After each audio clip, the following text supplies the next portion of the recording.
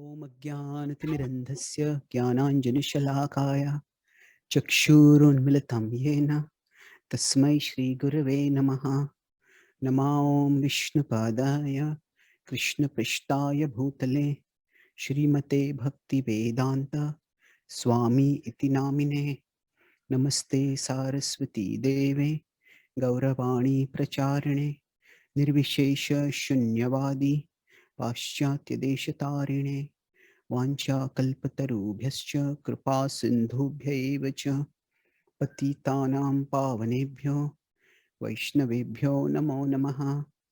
Jai Shri Krishna Chaitanya Prabhu Nityananda Shri Advaita Gadadhara Shrivasadi Gaura Bhakta Vrinda. Hare Krishna Krishna Krishna Hare Hare Hare Rama Rama Rama Hare Hare. Hare Krishna.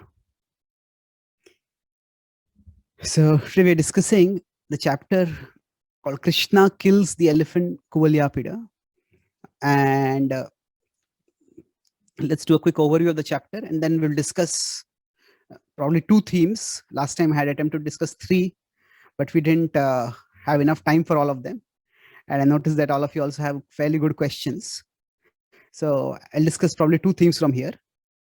So the chapter has 40 verses, and because these are pastime chapters, so quite often multiple pastimes are put together in one chapter.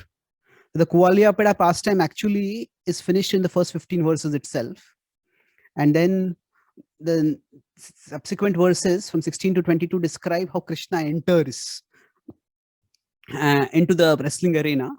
So the context is that Krishna has come to Mathura on Akrura's chariot, and then he has various adventures in Mathura. When he goes out on a tour for seeing Mathura, he meets the washerman and the garland maker and others. And now the main purpose that he has come for Mathura, that for which he has been invited, or we could say commanded, that is now unfolding. So there is this wrestling arena in which Krishna enters, and there is a famous for Mallana Mashner. So that is what is one of the most famous celebrated verses from this chapter, and that will be a major theme we'll discuss, that different people in the wrestling arena perceive Krishna differently. And then the Mathura Vasis, they glorify Krishna's virtues and his victories. So it's remarkable that at one level, Krishna's identity is meant to be secret, that Krishna is the son of Vasudeva, who has been taken in hiding to Nanda Maharaj and kept there. But these Mathura Vasis are publicly glorifying, and this is who Krishna is. So of course, this has become, after Krishna neutralized so many demons, it was like an open secret, and this was not an ordinary child. So they glorify Krishna. They even mention his divinity over here. And then the last part is where Chanur urges Krishna to fight with him and with the other wrestlers. And Krishna initially demurs, saying, no, we are just small children. How we will be happy to fight and please the king, but let there be equals. And then Chanur says, no, you have just killed an elephant, far bigger than any of us. So this is a fair fight. Let us fight. And the actual fight will begin from the next chapter. So I'll discuss two themes. One is Krishna's supernatural activities, and the second is the multiple perceptions of Krishna. So this is towards the end of the pastime of Kuvalayāpīḍa being killed. Patitasya padakramya mrugendra iva leelaya dantam utpatyate nebham hastipamscha nadharhi. So Patitasya padakramya. So what happens is, so the previous verses have described how when Krishna was confronting Kuvalayāpīḍa, initially Krishna dodged him and went under him, and then went right from under him to behind him and caught him with the tail and was dodging him. But eventually Krishna confronted him and caught him by his, Kuvalayāpīḍa tried to initially pierce him with his tusk, but Krishna dodged. And then Krishna caught him by his trunk and hurled him around. Now, this was stupendous feat. To catch elephant and lift it and hurl it around. He did that, and then as the elephant had fallen down, Padakramya, he completely crumbled under Krishna's force. Then Mrugendra Ivalilaya. So this is the elephant, and often a rival of an elephant is a lion or a tiger. So Mrugendra usually refers to a lion, and he says that, like, so although Krishna is a small child, it's not exactly a small child, he's a teenager over here, an early young teenager, but he's compared here to a lion. And Mrugendra Iva Leelaya, as if in performing a pastime, Dantam Utpatya, he just ripped out his tusk. And as that elephant had fallen down, then Krishna will use the elephant's tusk itself to finish the elephant. So this is Krishna's entry into Mathura, and we could say the first use of a weapon by Krishna. Even when Krishna punishes the washerman, at that time he simply uses his hand. So it's like sometimes wrestlers, they have a knockout punch, but Krishna has like a not just knockout punch, it's like a cut-off chop. Just cuts off the head with a simple chop of his arm. But here Krishna uses a weapon, but he's not carrying a weapon. He converts the elephant's weapon into a weapon for his use. And with that, he kills him. So that is, in one sense, it's the ultimate defeat. It's like if an unarmed soldier, if an unarmed person is fighting against a heavily armed person.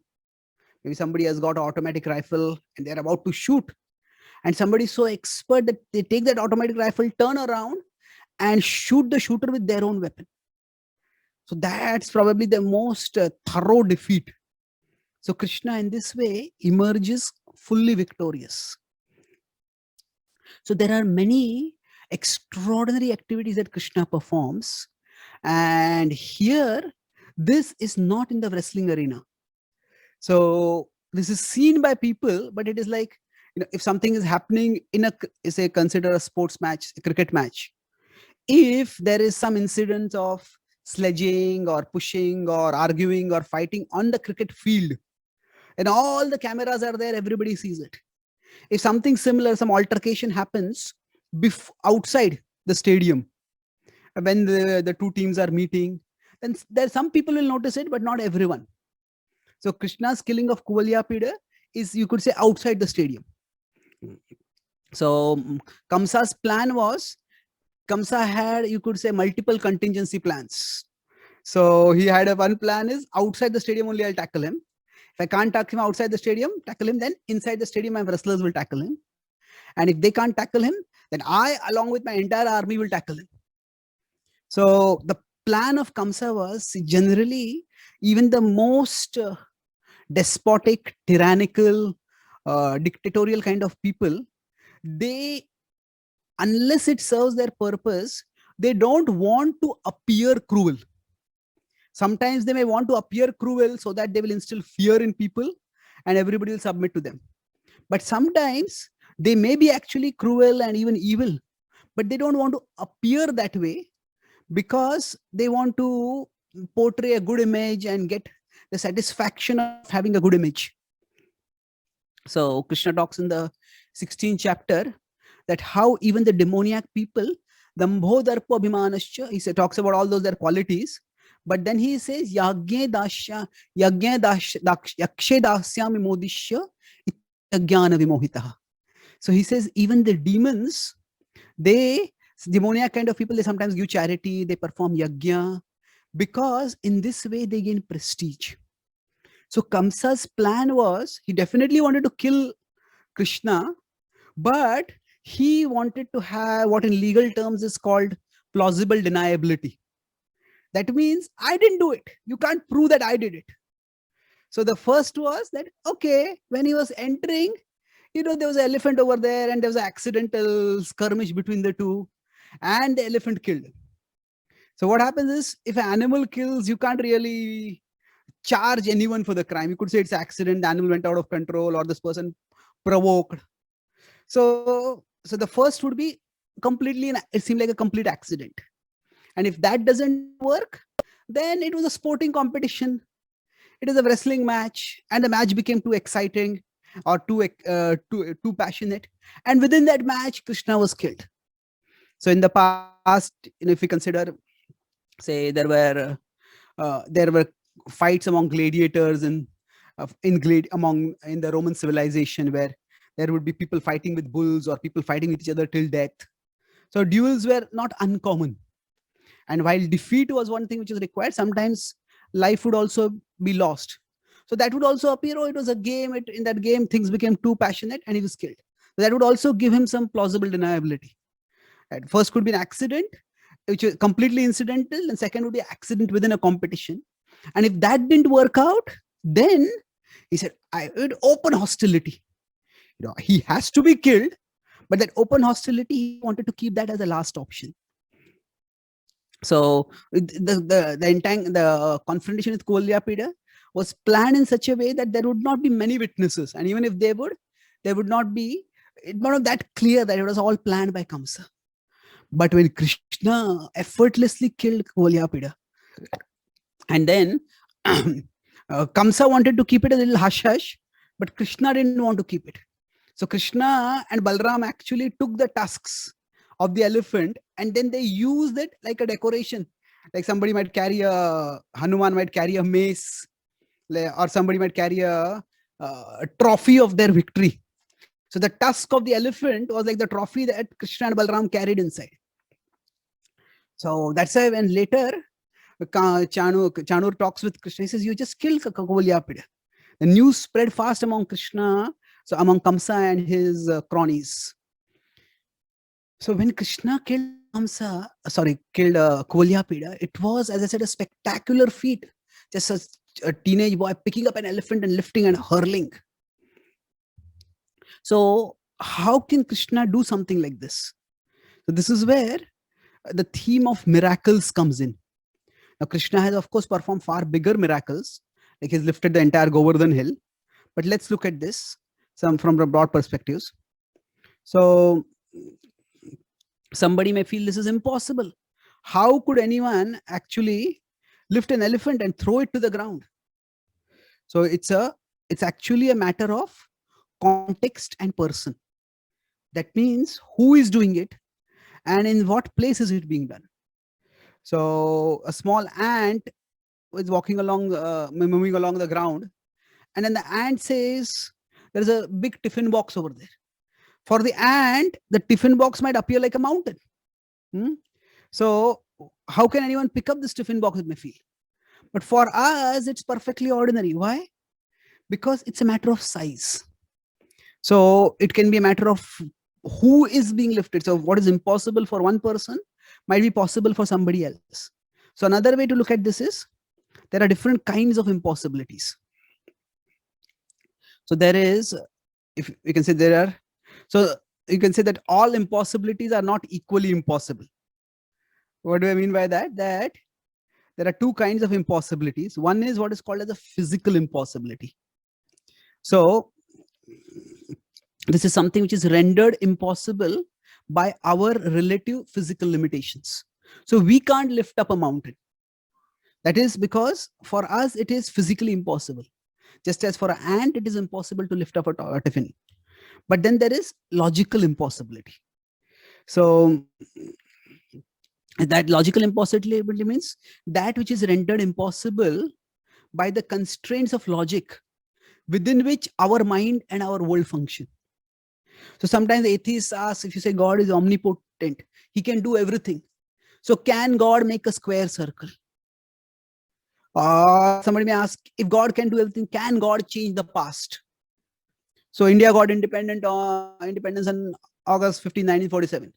So can God change the past and make it in 1946 or August 10, 1947?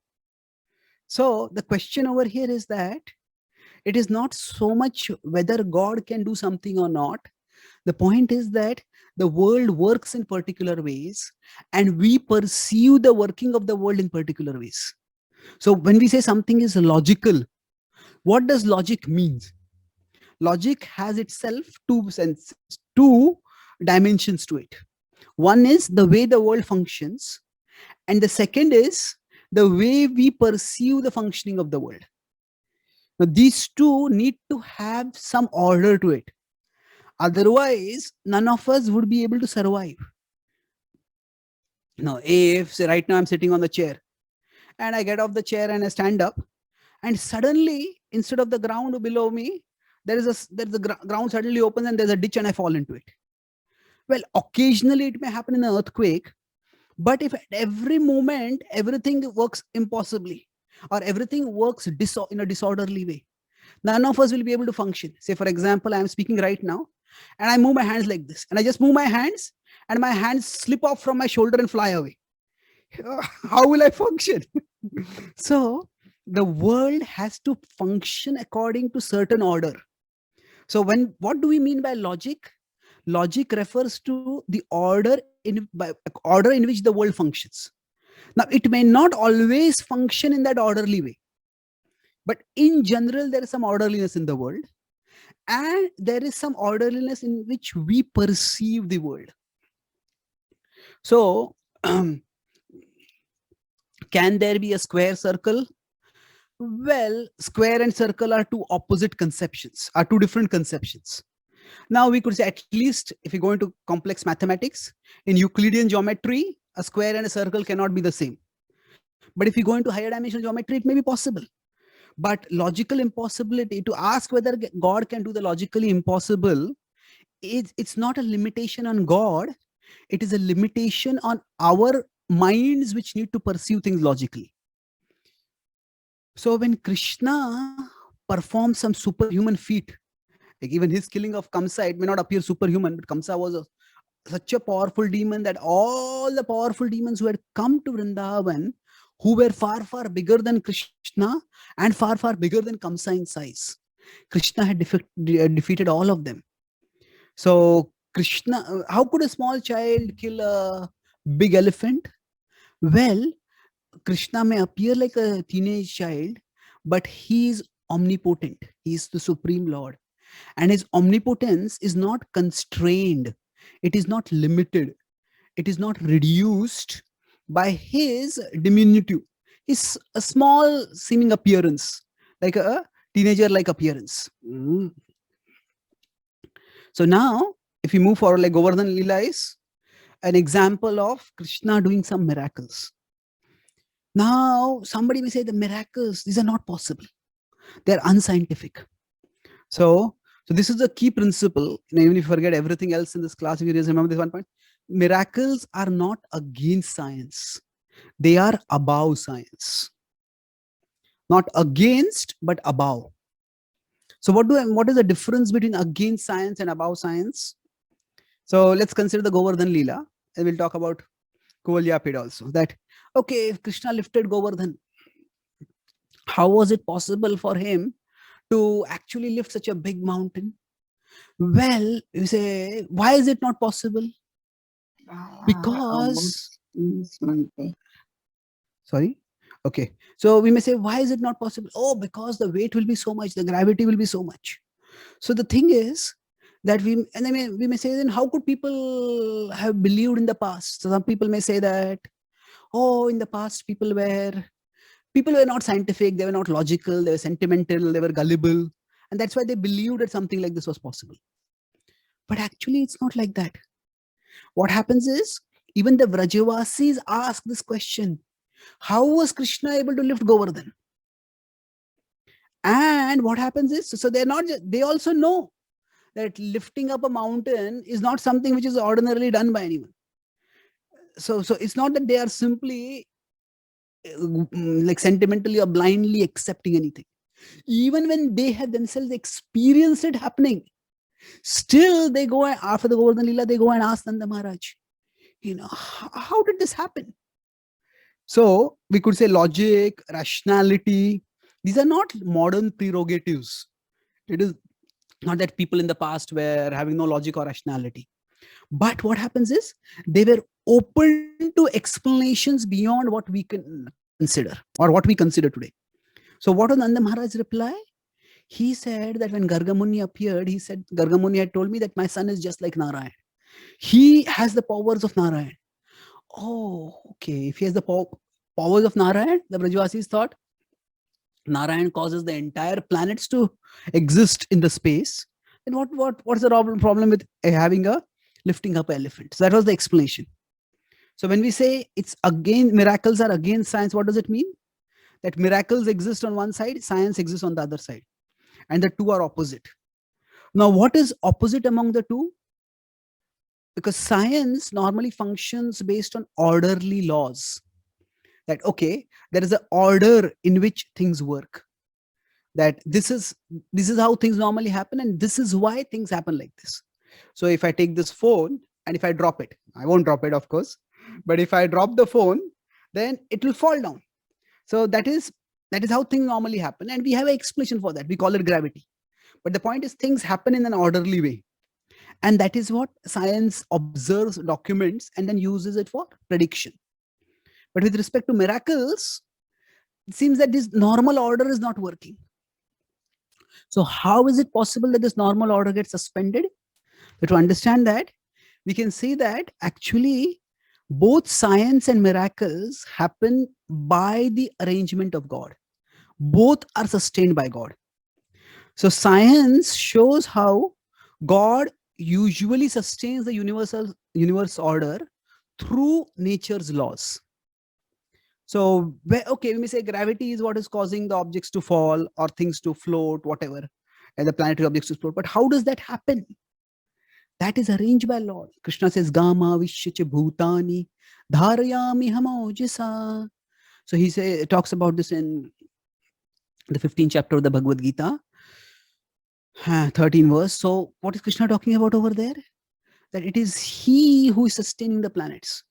So science and the scientific order that is found in nature, that is arranged by God.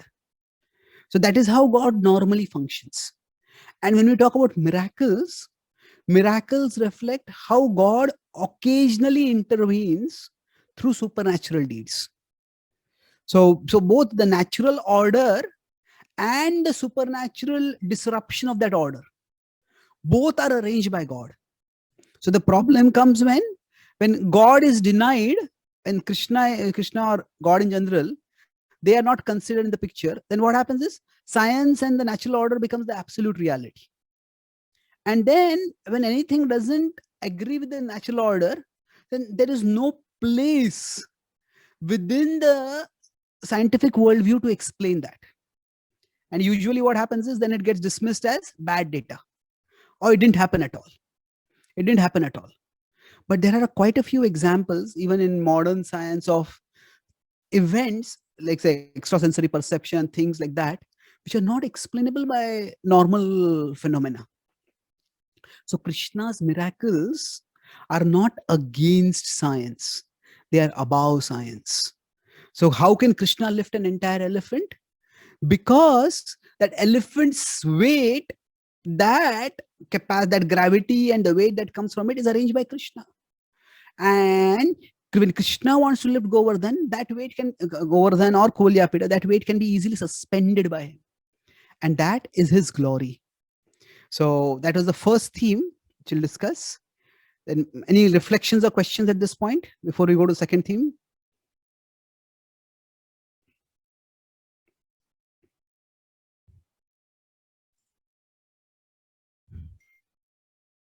Nothing currently, Prabhuji. I don't see any hands up.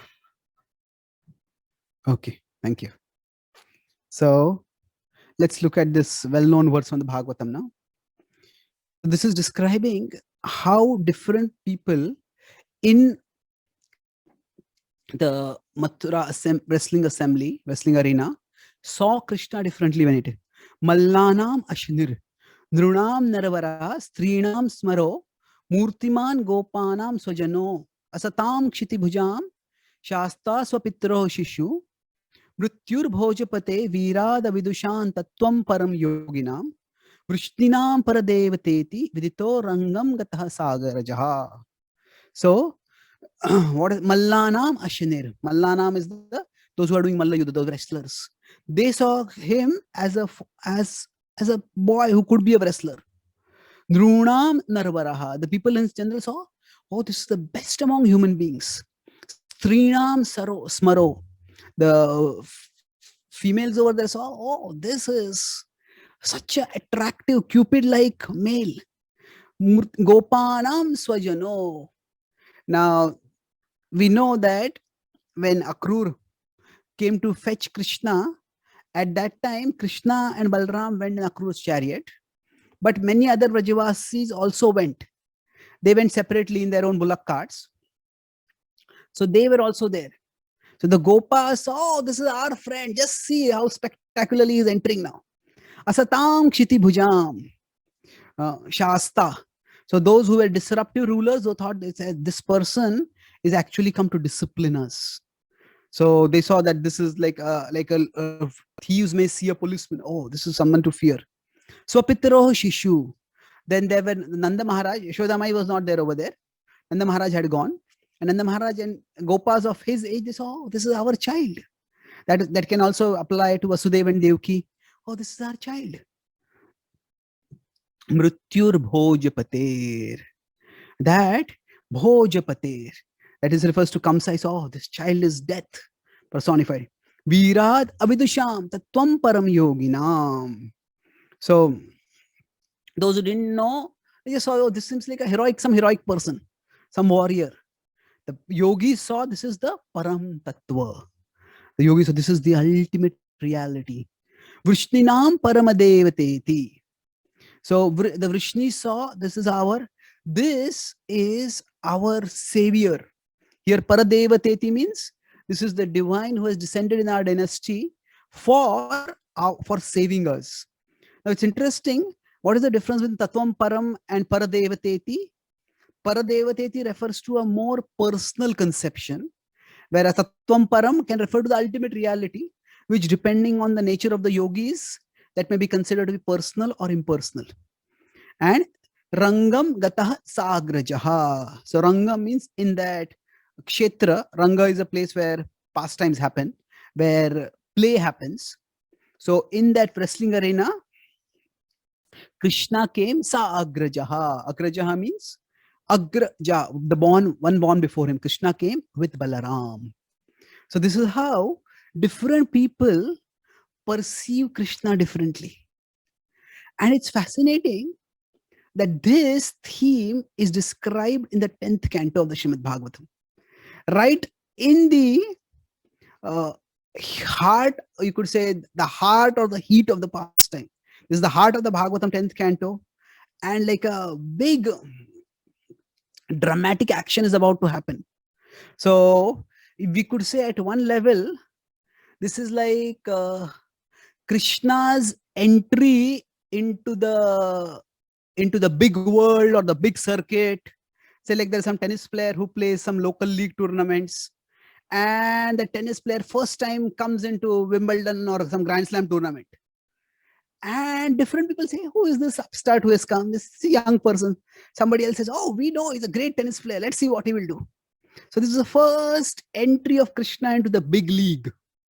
And when he enters into the big league, different people are seeing him in different ways. And in the third canto of Srimad Bhagavatam, in Kapila Dev's teachings on Sankhya, there is a similar theme. There also it is described how Vastu and Vastav is a fascinating relationship that is talked about. Vastu is object and Vastav is reality.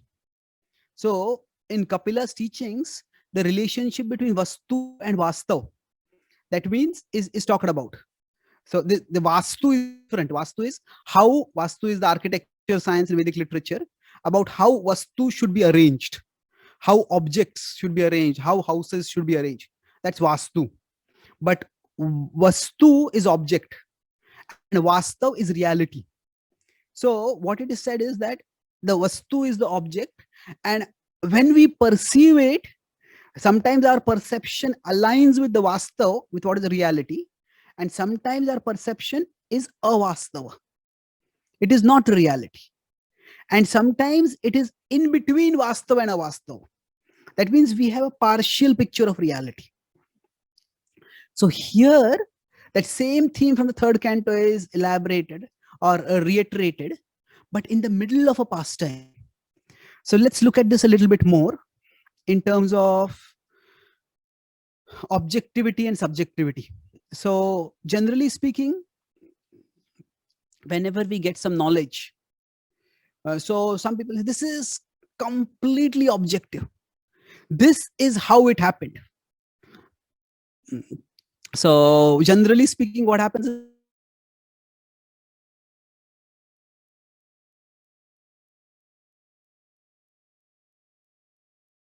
sorry. Okay. So there are two people in a conflict. In conflict resolution, what happens is, so first person A will say that this is the way. And if we hear A, and then we'll think B is such a terrible person. And then if we hear B, we will think, my God. If we have heard B for the first time, we'll think A is a terrible person. So what happens is, there is A side of the story, there is B side of the story, and then there is the story, which neither A nor B actually tell us. So what happens is, it's nobody in one sense has the complete objective reality. The complete objective reality is very, very difficult to perceive. So many of you may be aware that in India recently the Kashmir Files movie was released, and it depicted the horrible ethnic cleansing of the Kashmiri Hindus that happened. And there are many left liberal intellectuals who criticize, oh, this is only telling one side of the story, and you should actually give both sides of the story. And there's some criticism of that this fact is not right, that fact is not right. Yes, now what happens is, every person, when they're telling a particular particular thing, it's not that everything will be 100% objective. But just because it is 100% not 100% objective doesn't necessarily mean that it is all fictitious. So what happens is, whenever anything is to be depicted, anything is to be narrated in a story form, anything is to be written in a book form, anything is to be depicted as a drama or a movie, there is the director, the actor, there is a particular frame in which it is perceived and then it is depicted. So yes, things cannot be entirely objective, but that doesn't necessarily mean that they are entirely subjective. Now, nobody will be able to function. So all that we can try to have is as much objectivity as possible. I mean, this is how I understand it. And this is the evidence based on which I understand it to be like this. Now, if this evidence can be understood in a different way, that is fine. You have the right to do that. But we cannot eliminate subjectivity. But just because subjectivity cannot be eliminated, it doesn't mean all knowledge is useless. So how it works is, one is to say that I'm completely objective, the other to say that this is rejected, that you are completely subjective. In between is that we see knowledge as a resource, and how the knowledge helps us as subjects to navigate our object. The object is the world as we encounter it. So for example, if somebody asks me, XYZ person, how is the so I may say, they're very nice, gentle, cultured person. Now that's how I may have experienced them. But somebody says, no, my experience is very different. Okay, I may be interacting with them as a friend. You may interacting there as a colleague. And as a friend, we don't have really much difficult issues to tackle. We just interact as friends. But as colleagues, you may have to deal with difficult issues. And that's why differences of opinion and amid high-stake issues may come up. So that's why your perception and my perception may be different. You may say that this person is a very hard person who sticks to their opinion and is a very very obstinate person. Well, is that person sweet and gentle? Is that person hard and obstinate? Well, it could be both. So the point is that as a friend, this person is like this. As a colleague, that person may be different. So that's possible. So when we talk about knowledge, we see it as a resource that helps us as subjects to navigate our object. So this is an important point to understand that. So for me as a subject, that person is a friend. And in friendly interactions, we have always had very pleasant interactions. But for you, that person is a colleague. And as a colleague, you may have to have hard discussions on high stake issues. And that's why you may perceive differently. So knowledge has this purpose of, knowledge doesn't exist simply as a set of facts out there in the world.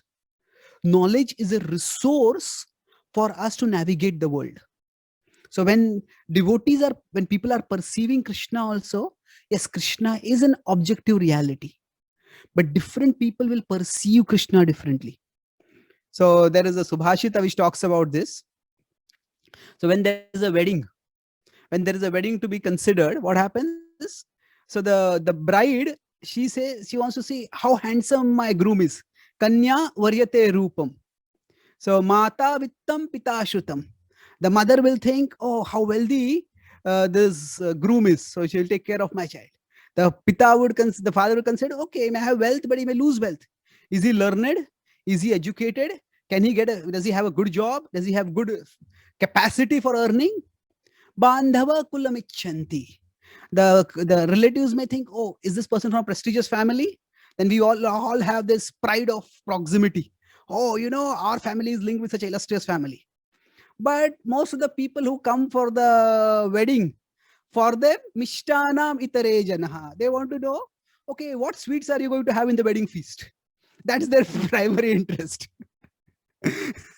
So what happens is that for different people, the same event, here the event is the wedding, but what is important is different for different people. So they say, we don't see the world as it is.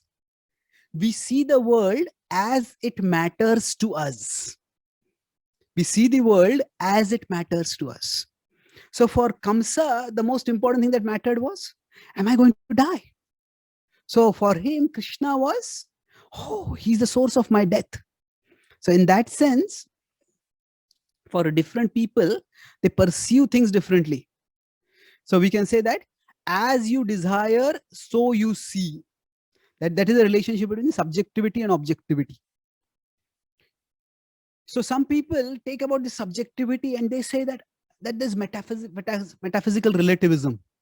That means that because we are all subjective beings and we see things differently, therefore there are no objectively existing things. There is no objective reality at all.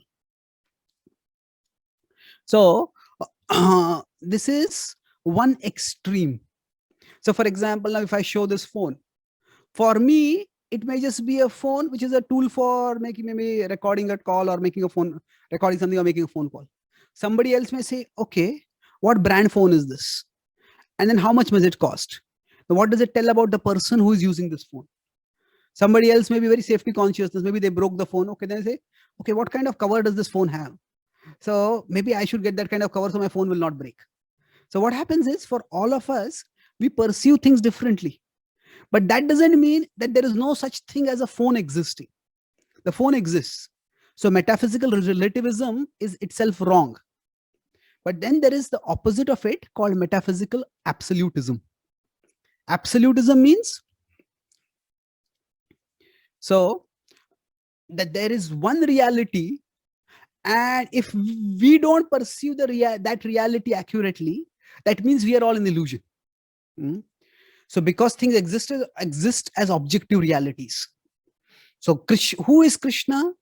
Krishna is God. And anybody who doesn't see Krishna as God is an illusion. We may say, yeah, that's true. Well, not so fast. Because the Brajvasis don't see Krishna as God. So are they an illusion? No, they're not an illusion. So what happens is, yes, Krishna is God, but there are different ways in which Krishna may be perceived. And those different ways may not all be illusion. So metaphysical absolutism means that, this is the reality, and to the extent our perception comes to that reality, to that extent our perception is right, and otherwise it's wrong. It's not like that. It's, say, to take an extreme example, is it that unless a Christian comes to see that Christ is the same as Krishna, they cannot attain perfection? Not necessarily. Now, Christ and Krishna are the same, but one who is following Jesus doesn't necessarily have to realize Christ is Krishna before they can attain God's abode. How exactly their realization will evolve, that may vary. It is Krishna's plan, Krishna's purpose, and Krishna will work accordingly. I'll talk about this a little bit later when we talk about rasa. So we could say there is in between metaphysical relativism. Metaphysical is philosophical, but it's more of metaphysical. Physical is that which is perceived by our senses. Meta is that which exists above the physical. So metaphysical means that beyond the physical is there an actual reality. So some people say it's all relative, and some people say it's all absolute. But actually, we can say that it's more of pragmatism. So what happens is we are subjective beings, and we are trying to perceive objective realities, whether they are objective physical realities or objective metaphysical realities. So we see different aspects of those things, and we see them with differing degrees of precision based on our level of consciousness. So I'll conclude with 2 quick points, and then we can have a few questions. I don't want to make this too philosophical, but these are important points to understand, that there is a difference between being subjective and being relative. So subjective means that there is a reality, but we all will perceive it differently.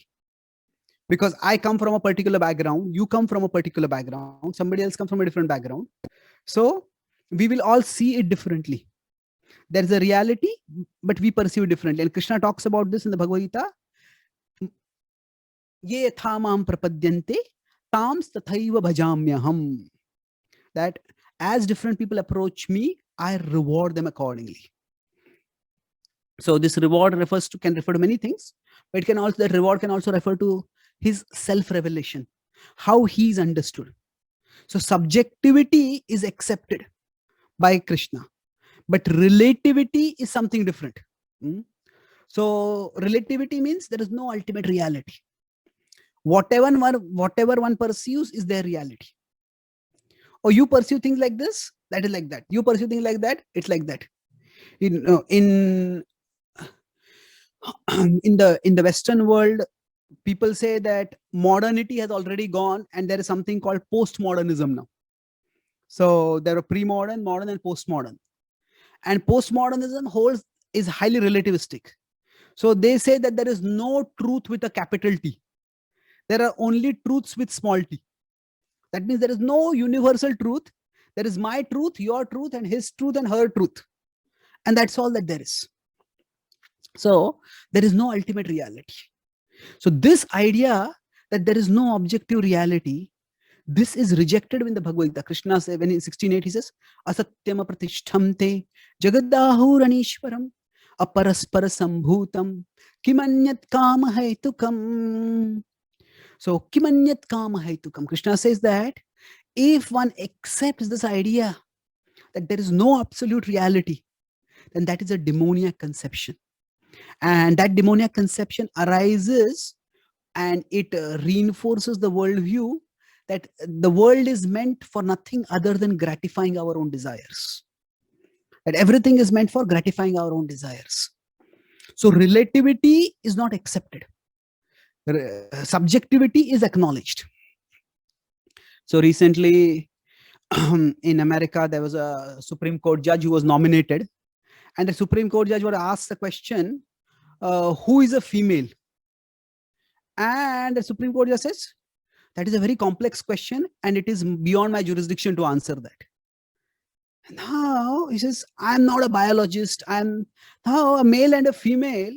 When a baby is newborn, the parents immediately know what is the gender of the baby. But there, what is happening is, in the Western world, there is a lot of political polarization over issues like LGBTQ, And because of that, sometimes a man may feel as if, I'm not in the right body. And a man may try to acquire a female body, or by surgery, by hormones. And similarly, female may try to do a male thing. Now, this is subjective perception. Yes, sometimes it may happen that some people may not feel comfortable in the body that they have. And in one sense, we can say nobody feels fully comfortable in the body they have. And we may all feel that I want to be fairer, I want to be thinner, I want to be fitter, I want to be taller, or I want to be shorter, whatever it is. But some people, that incompatibility might be very high. But that is subjective. And that's fine. Some people may feel I am in the wrong body. But that doesn't make the body itself as non-definable. Yes, there are male bodies, there are female bodies. So what happens is subjectivity is accepted, but relativity will lead to chaos. That means there is an objective reality, although I may not perceive that objective reality in the same way. So when this verse Krishna is talking about, it is different people are perceiving Krishna differently. That is subjectivity, that is not relativity. It is not being said over here that, oh, there is no reality called Krishna. It is just different people's perceptions. No, there was a real person, Krishna, who entered into wrestling arena, but he was perceived in different ways. So at the same time, objective is not absolute. What do I mean? That, okay, I am thinking things objectively. So when we say it's objective, that means it is not distorted by individual opinion or emotion. That, okay, it's not just I consider that person to be harsh or cruel. There are 10, 15 other people, they have also experienced the harshness of the person. It's objective. Okay. But that doesn't mean it's absolute. Absolute means, is it that this person's soul is harsh and cruel and demoniac? No, it's a temporary conditioning on the person. So objective knowledge is not necessarily absolute. Absolute means that is invariable across time and space. So that invariability is perceivable. It is not perceivable by humans. It is only perceivable by divine grace. So we can have subjectivity without relativity, and we can have objectivity without going into absolutism. Now, how does all this reflect in Krishna Lila? There is transcendental subjectivity. Transcendental subjectivity is that based on rasa and the various relationships according to rasa, Krishna is perceived in different ways. The Supreme Lord is perceived in different ways. The Supreme Lord is sometimes seen as a child, sometimes, the various rasas, the Shanta rasa, Dasya rasa, Akhya rasa. So Krishna is perceived differently. So now, is Krishna a child? Is Krishna a teenager? Is Krishna a youth? Well, he is all of these things. And the primary thing is not who Krishna is, but the primary is thing in Vrindavan is who is Krishna relating with. So in Vrindavan, who Krishna is not the key question. Who Krishna is the key question. Because Vrindavan is the abode of rasa, is the abode of loving relationships. And that's why when there is subjectivity, now if we consider, I'm not listed all of them, points over here. But what is happening over here is that death personified as this is some aspects of Krishna as described in this verse.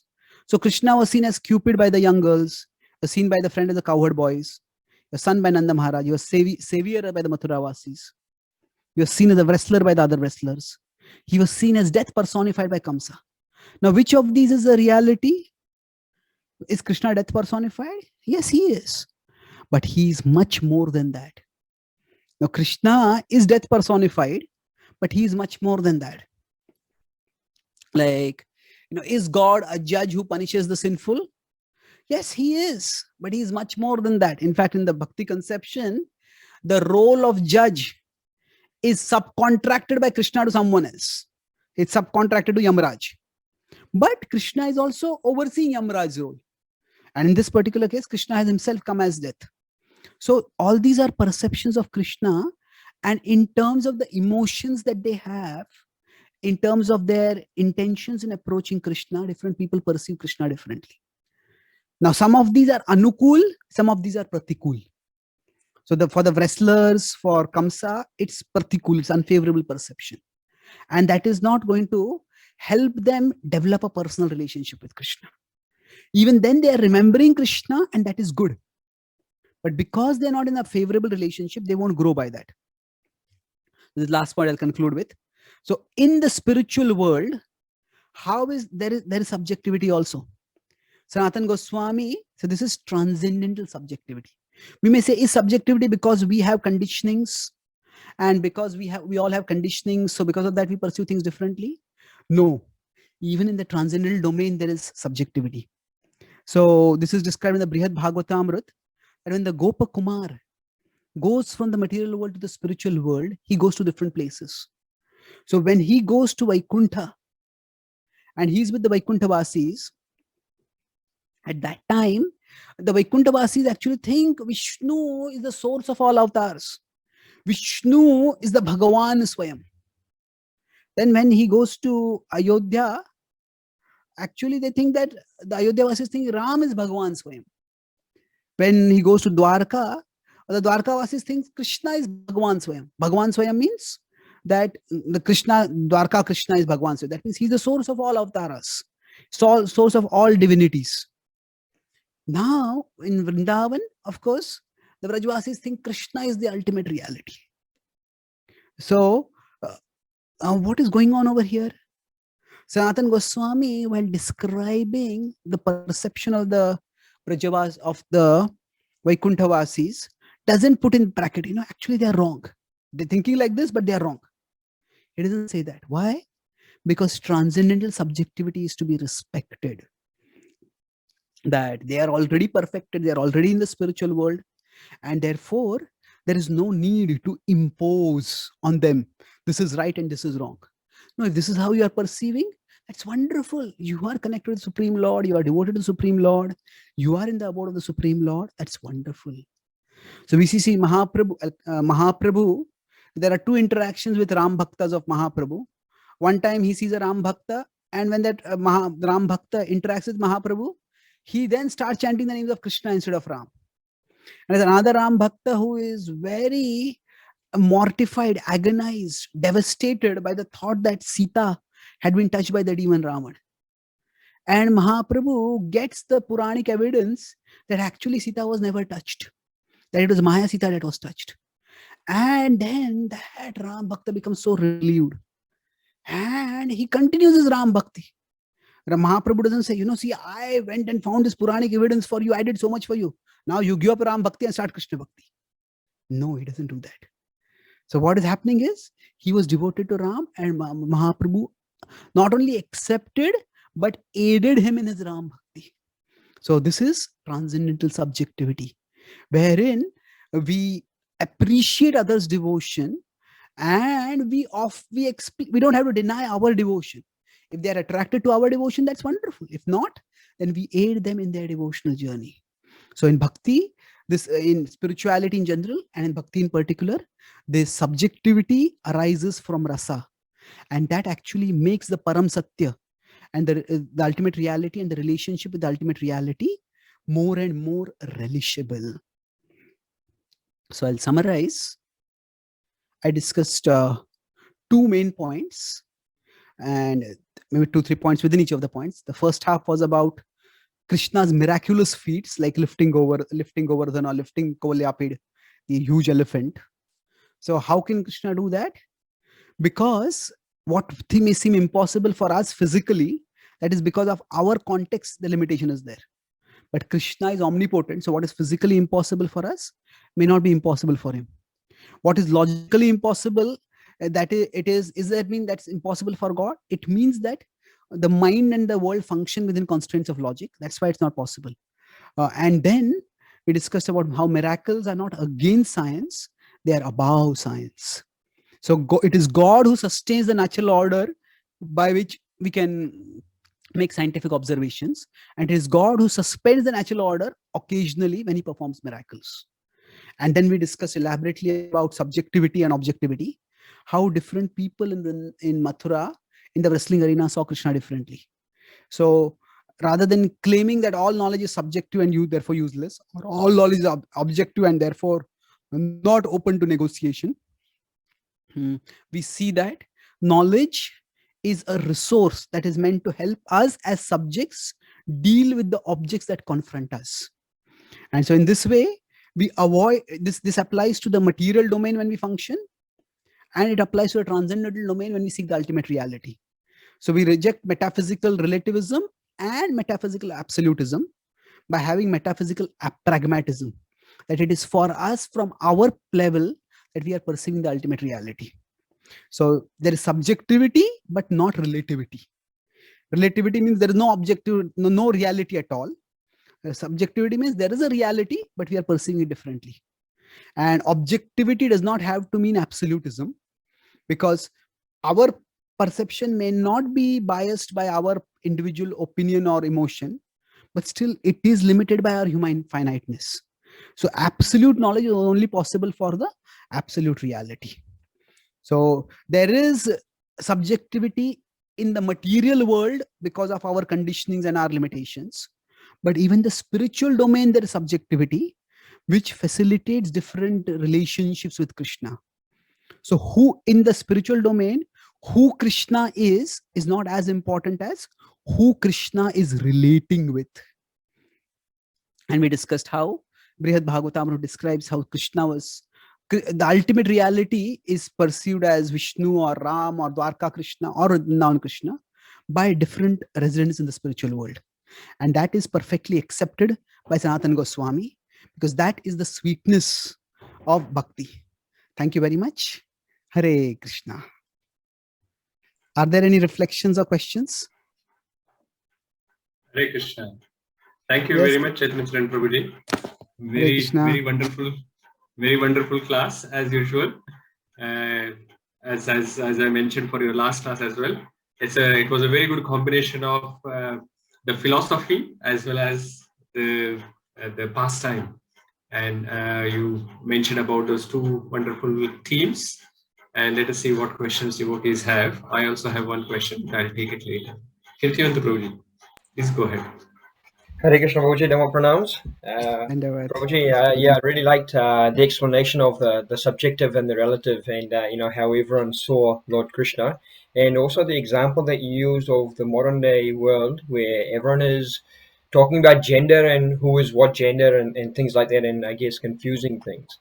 One of the other things that is I'm experiencing at work in my professional environment is around bias. Now we mentioned in this class regarding using the knowledge that we get, whether it can be completely objective or whether it's completely subjective, or understanding how it helps us. So as a manager, and when I'm interviewing, one of the things I've been asked to, all the managers have been asked to do is say, you need to get rid of the affinity bias, because someone who's like us, we're more likely to hire them as opposed to others, to try and get a more diverse workforce. So that affinity bias comes from the knowledge that we have and from everything that we've experienced, and various biases come from that. So how can we apply the knowledge that we get without being biased? And also, yeah. Okay. That's an important question. My understanding would be two things. So let me repeat the question first. That we, based on where we come from, we are often more comfortable with what is familiar to us, and we are uncomfortable with unfamiliar. So while recruiting, we may be biased towards people who are like us, and we may be biased against people who are different from us. So how do we perceive this? In general, what happens in the material world is that things tend to go from one extreme to the other. That means that sometimes, or we could say to some extent, if there is traditionally, there was a very strong sense of bonding within a particular community. So the community could be based on race, that community could be based on nationality, that community could be based on religion, it could be based on even a culture or region, whatever.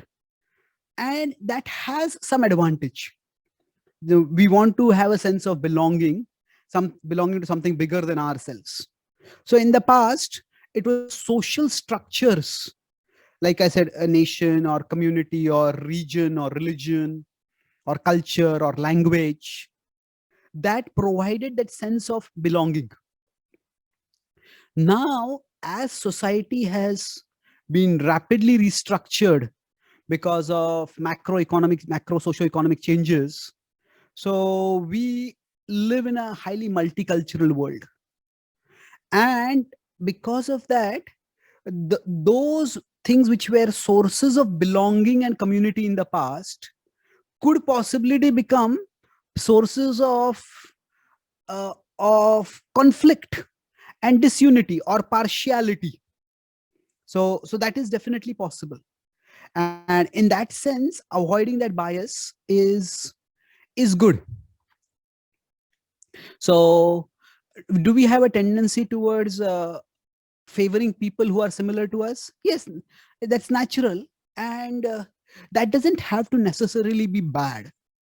I'll explain why. Because we all have, to some extent, limited resources. So we may want to help everyone, but we can't help everyone. So if we have to choose to help, we will help those people who are connected with us. So I may want to, maybe if somebody is in need, I maybe want to give charity to everybody in need. But I don't have the capacity to give charity to everybody in need. So I may give to somebody who belongs to my own community, my own religion, my own region, my own language. So in terms of the expansion of consciousness, giving to somebody beyond ourselves is good. Like there was an experiment tried in UK schools, the idea of equity. They said that children in kindergarten and early school days, they should not have a best friend. Why? Because if a kid has a best friend, then the kid will not spend time with other children. And some kids are more likable than others. So some kids may not have any best friend at all. And they may become very lonely. Well, yeah, that could be a possibility. But in the evolution of the child, in the growth of the child, when you say this person is my best friend, that means that I will spend some more time with him. I will do something for him.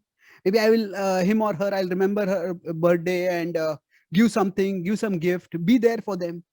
So having a specific object of affection is actually good. It's not necessarily a bad thing.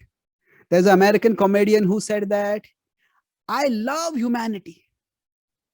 It is only human beings that I can't tolerate. Now, what if, because nothing is required to love humanity. I can just voice a sentiment. But when I actually have to deal with real human beings, then sometimes they may demand from me things which I don't want to do. Sometimes they may disagree with me. And that's where service, sacrifice, selflessness comes in. So these, what we may call as biases, can also be like an extended sense of belonging.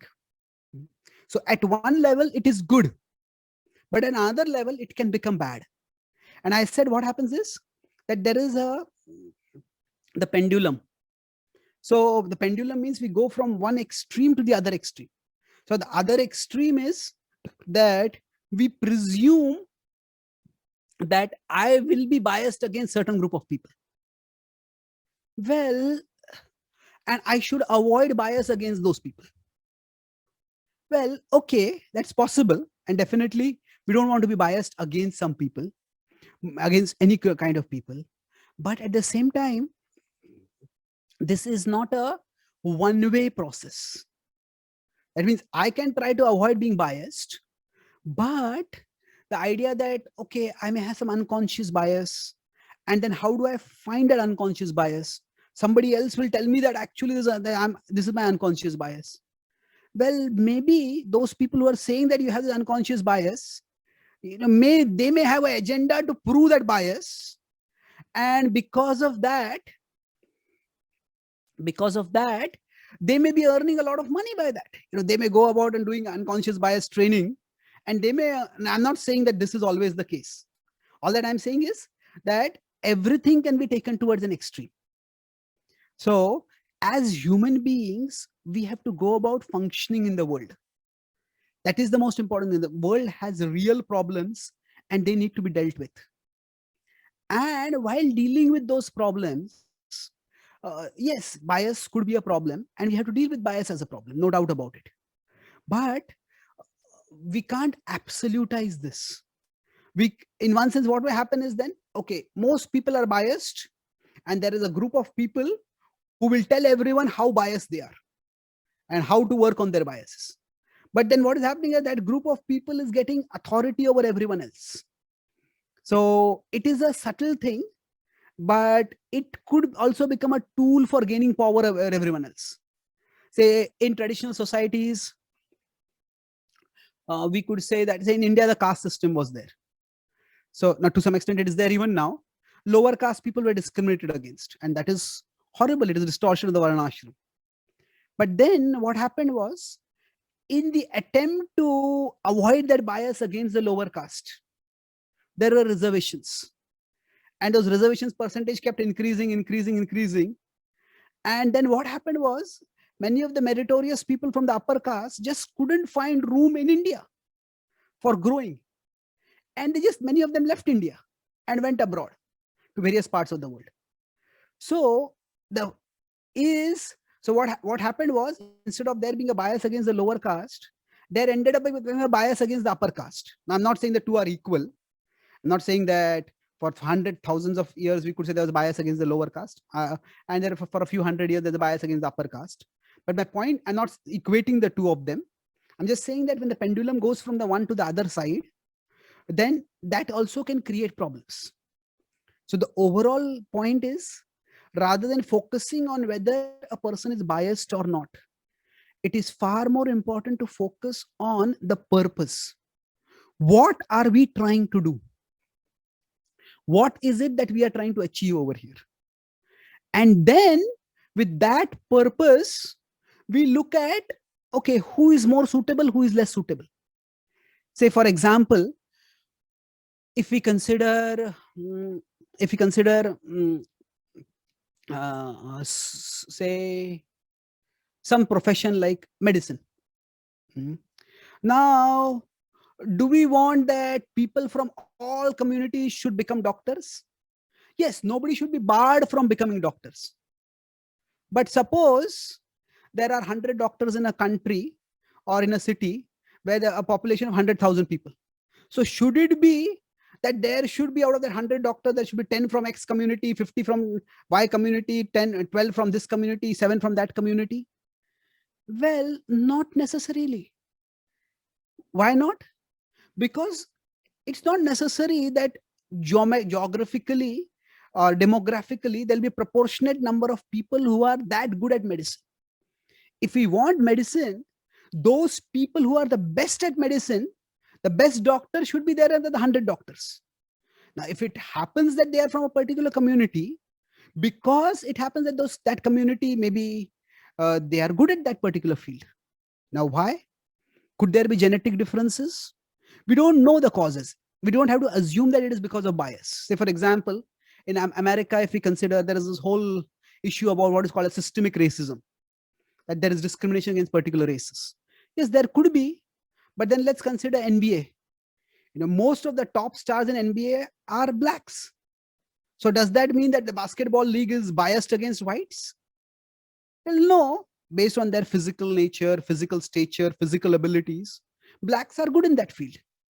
So could it be that certain groups of people at certain times may be good in certain areas?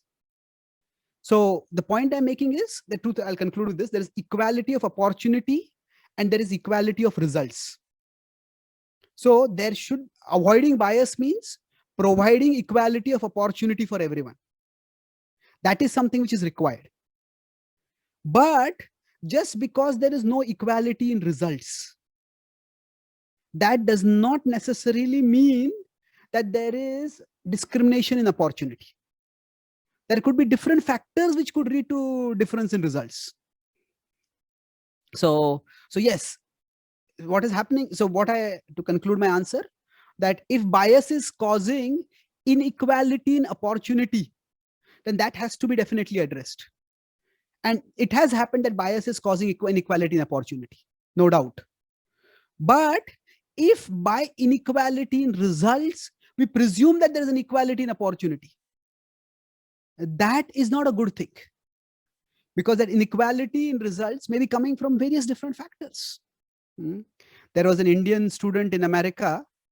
He wanted to become a doctor. And he realized that if he came and told that he was an Indian, he would just not get admission because of their diversity quotas. Indians and Chinese, they find if somebody has a Indian or Chinese has 4.9, 4.5 GPA, they will not get admission. But if somebody is an African American, even if they have 3.5 GPA, they might get admission. So he actually pretended that he was African American. He was a black. And he got into medical college, and then he dropped out of medical college, and he wrote a book about it. And that book became a national bestseller. That how there was bias against certain communities because of the attempt to end bias against certain communities. So the way to end inequality is not to create another kind of inequality.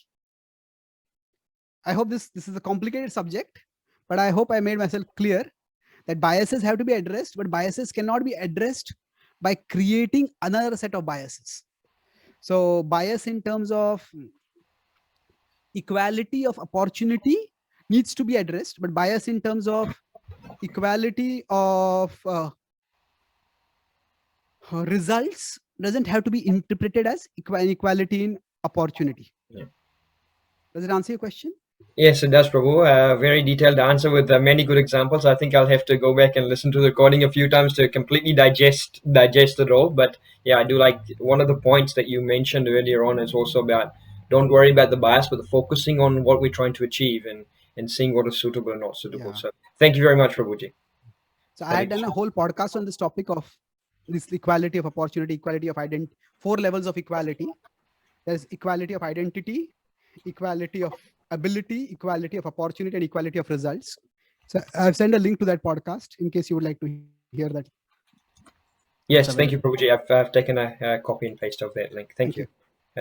Thank you very much. It's a long answer from my side. Should we stop here? Prabhuji, can I ask one question? One more question? Please, or are you running out of time? No, I'm not running out of time. I am taking too much of your time. Let's no, Prabhuji. Let's see. We are enjoying the question and answers. Prabhuji, the question that I have is very related to what Kirtiyanta Prabhuji was also asking. So you mentioned that there is reality, and then everyone is looking at that reality through their own perception.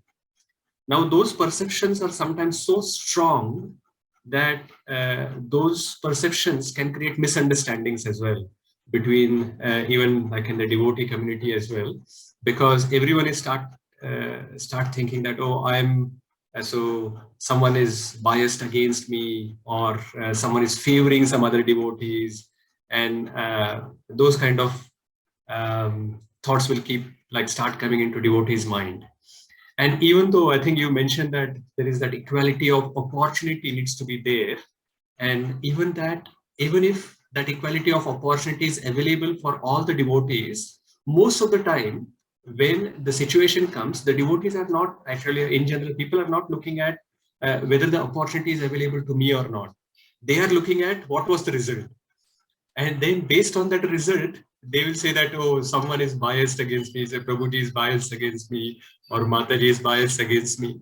So even though the philosophy is right, that we have to look at the opportunity was available to everyone, but who took the opportunity and how things are there. So how do we actually, at the relationship level, this philosophy can be applied Are there any practical tips that you can provide for both who is now accused of biasing and those who are going through that situation and they are thinking that it's a yeah, tough I'm worse question. off. Yeah, so let me try to you could say repeat the question if I understood it properly, that in the devotee community certain services, certain responsibilities, certain leadership roles are to be given, and when they are given to one person and not another person, people may have their own conceptions of why this was given to this person, and they may think this is because of bias, and that could lead to a lot of angst in relationships. So how do we address that? Did I paraphrase the question properly? Yes, Prabhu. Okay. So yes, let's take it at the biggest level. Ravindra Swarup wrote an article that after Prabhupada departed, Prabhupada appointed some of his disciples to be, in one sense, spiritual masters.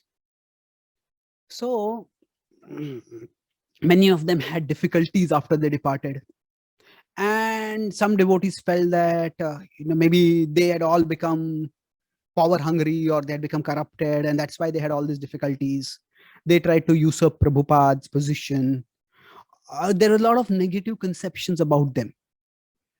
So Ravindra Swarup wrote an article that he said that Prabhupada did not play favorites. The 11 people who were selected by Prabhupada, whom he appointed as his gurus, he didn't say that these are the only people who will be gurus. But he said during Prabhupada's times, these were the people whom Prabhupada saw were highly dedicated. So whoever came forward, took responsibility, and did services, Prabhupada empowered them more and more. Now, what happened afterwards, they were all young and some of them were immature. And in one sense, almost all of Prabhupada's disciples, when they became sannyasis or gurus, they were between the age of 25 to 35. So it was a huge responsibility for them at that time. So the fact is that Prabhupada did not discriminate over there. Prabhupada did not discriminate, Prabhupada reciprocated. So not discrimination, but reciprocation. And Prabhupada was asked also at one time that who will be your successor? And Prabhupada gave different answers at different times. Prabhupada said, one time he said that I'm not going to appoint any successor. And any one successor, Prabhupada said. Another time Prabhupada said that whoever wants to be can be my successor.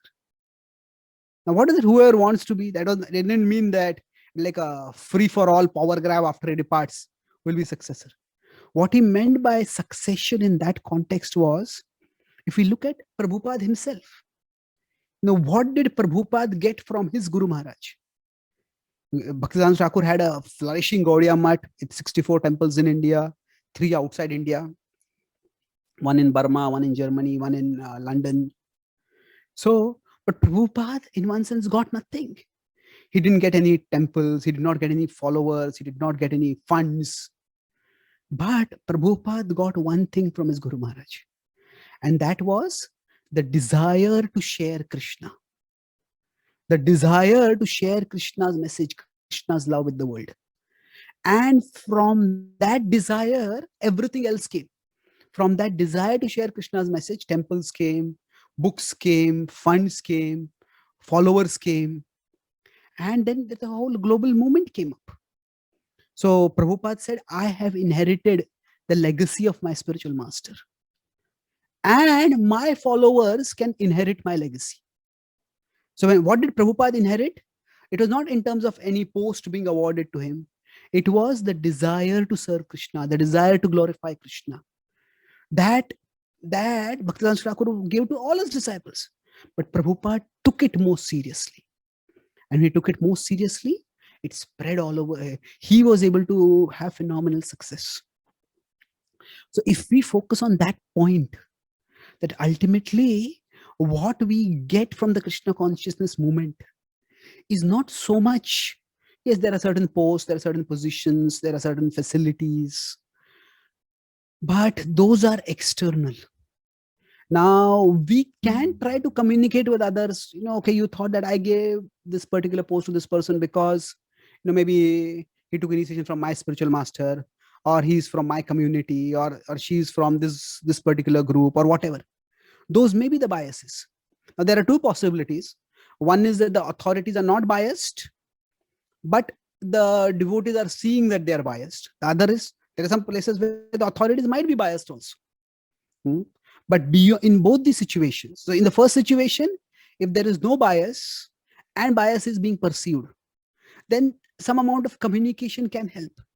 Okay, these were the skills that were required for this, and this is the track record where we saw these skills in this particular person. That's why we gave this particular facility to this person. So some kind of explanation can help. Communication is that way quite helpful. It may not solve all problems, but it can definitely minimize many problems that could otherwise escalate. So that's why transparency in decision making, in terms of why particular decisions are made, as much as possible, that's helpful. But beyond that, if such communication is not forthcoming, it's not possible, or even if there is bias, what devotees need to see is two things: that there is the circumstantial, but there is also the transcendental. That means circumstantially certain things may be happening because of the bias of the leader of the community, or the bias of the movements, institutions, authorities, or whatever. It may or it may not be like that. But beyond that, this is a transcendental moment. It is Mahaprabhu's moment. It is Krishna's moment. And Krishna's plan is still working in this moment. So we can see, rather than focusing on who is biased and who is not biased, we can focus more on how can I best serve Krishna. So sometimes the best way to serve Krishna is by continuing in that situation, and maybe we will get an opportunity in the future. Sometimes it may be that, okay, in this particular situation, the negativity, the negative emotions are becoming too much for me. So let me find some other service. Let me move towards maybe some other domain of service, some other place of service. That can vary. I think in one of my visits there earlier, I talked about these three ways of dealing with adversity: tolerate, mitigate, or emigrate. Tolerate the particular situation and continue on. Mitigate means counter the situation. If there are biases, then we report it to the authorities and try to work to change it. But if that doesn't work, then emigrate. You can just move away from there. This doesn't work for me. But the world is a big place. There are millions and millions of conditioned souls who need Krishna. So if in a particular place it's not favorable, we can emigrate. But whichever option we choose, whether it is tolerate, Prabhupada, for example, tolerated when he was living with Gopal and Sally Agarwal, and he had to keep his bhoga in the same fridge where meat and even beef was kept. Prabhupada knew that was just a temporary situation, and he tolerated it. I'm in America, I'm in somebody else's place, so let me live like this. He tolerated. When Prabhupada was in Jhansi and he started the League of Devotees, he wanted the temple in Jhansi to be the center, to be his world headquarters. And there was a clique, almost like a conspiracy against him, and his own supporters turned against him. So Prabhupada just walked away from there. Prabhupada felt Jhansi is not that big a city. The people here are more religious than spiritually. They are they're not really serious sadhakas. So he just emigrated from that place. But in Juhu, when the landowner tried to double deal and take the money and not give the land, Prabhupada said that if he wants to remove the deities, he'll have to go over my dead body. And Prabhupada mitigated over there. Why? Because Prabhupada felt that Mumbai was India's financial headquarters. Mumbai would be a place where tremendous Krishna conscious growth could happen. That place was very important. So Prabhupada fought for it. So my point is that there could be we could tolerate, we could emigrate, we could mitigate, but it all ultimately depends on the point that we appreciate that this is not just due to circumstances. this situation that has come in my life is not just because of the bias of this person or that person.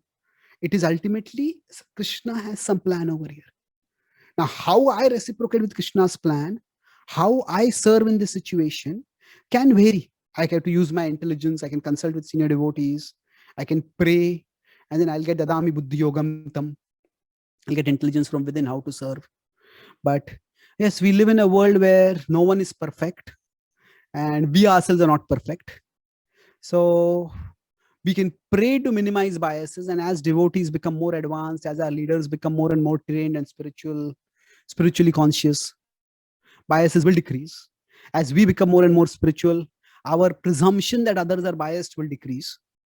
But still, biases may still be there. What can we do? If we wait before we commit ourselves to find a perfect moment or a perfect community, or a perfect project, a perfect center, a perfect temple, well, we may be waiting for the rest of eternity. And even if we find a perfect project, who knows whether we will get admission in that project, because we are not perfect, isn't it? So Prabhupada said, don't expect utopia. No, don't expect Candyland or fairyland in this world. There will be deficiencies, there will be defects, but we make the best of a bad bargain and focus on serving Krishna in whatever situation we are in.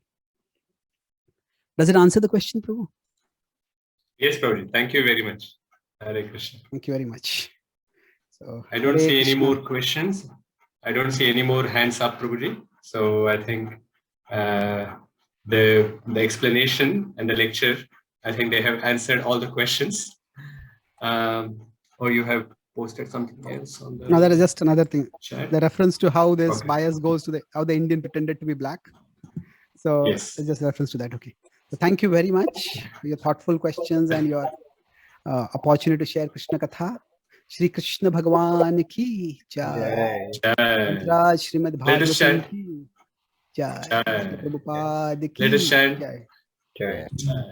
Let us chant Hare Krishna Maha Mantra to show our gratitude for Chaitanya Prabhuji.